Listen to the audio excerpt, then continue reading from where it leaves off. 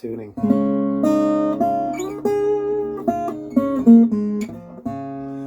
Literally just pulled this off the bench. The strings are still stretching out. This also had a repair, not as ghastly as the last guitar. So I bought this really cheap on eBay, and I mean really cheap. And when it came to me, the bridge was pretty much hanging off, and it was all warped underneath. So the wood underneath the bridge and the bridge itself had to be replaned to make the surfaces flat so that it could be re-glued. I didn't complain to the guy who sold it to me because it was so cheap. He obviously didn't know anything about guitars, so I just took it on and did the repair, and left it at that. So the difficult thing about this is there were 2 bolts underneath this section here where I put filler in, that I had to drill out because I could not undo the bolts from the inside. They were just small lag bolts that were sort of rusted in place. I could not get them off, so I had to drill the mother of pearl out, break the bolts basically, pull the bridge up, and a little bit of the wood came with it. It was one of those messy repairs, and the glue back was pretty normal, but you could tell why the bridge had come up. The surfaces weren't flat and they were warped, and so there wasn't enough flat surface for the 2 surfaces to adhere to each other.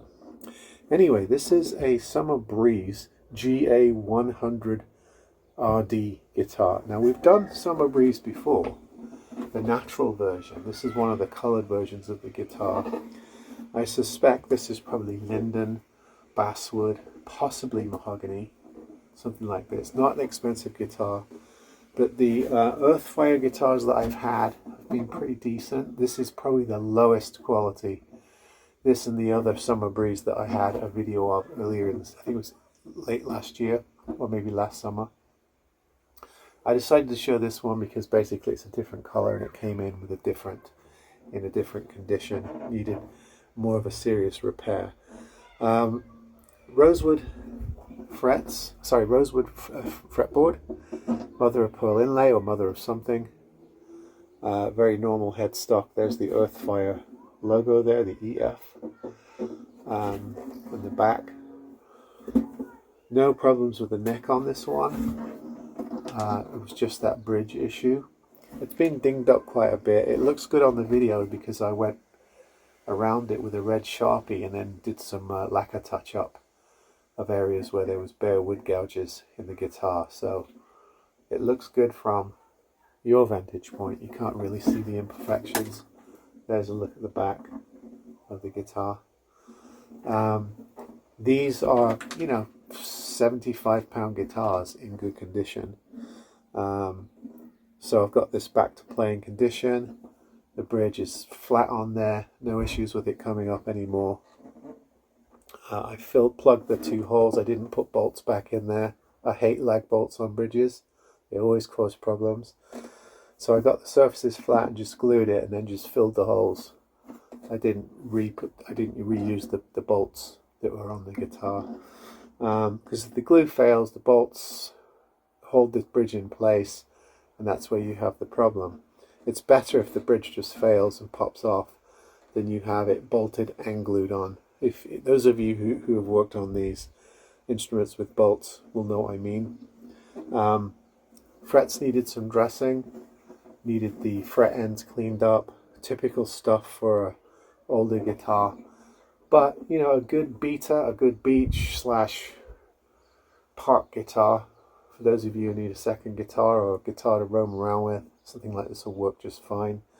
With this sort of heavily lacquered coloured finish, it will take the punishment from the elements a bit more than your matte finish solid spruce top guitar. So if you're going to take a guitar out in the woods or camping, take one of these.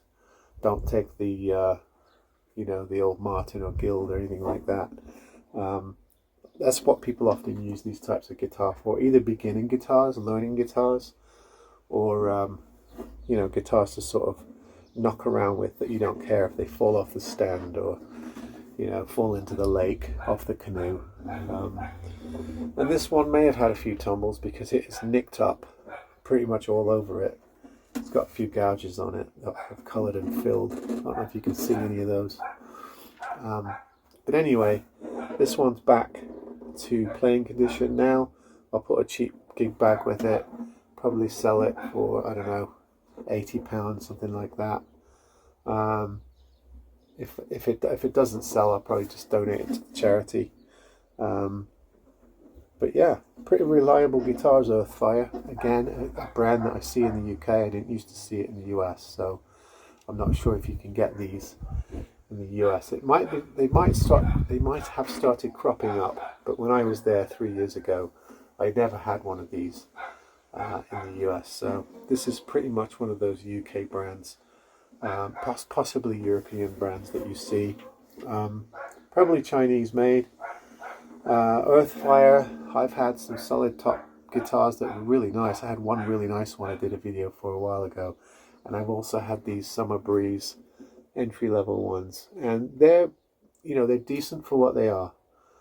They are your bog standard £75 to £100 if you buy them new acoustic guitar, not exotic woods, not solid top, not high-end parts, although this does have a nice rosewood fretboard.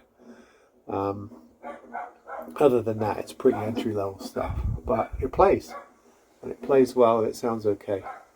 So there you go, EarthFire GA100RD Summer Breeze model, crafted from selected woods. I doubt it, but there you go. Anyway, it's a red one. You like red ones, don't you? Up the reds. Alright folks, see you on the next one. Bye bye.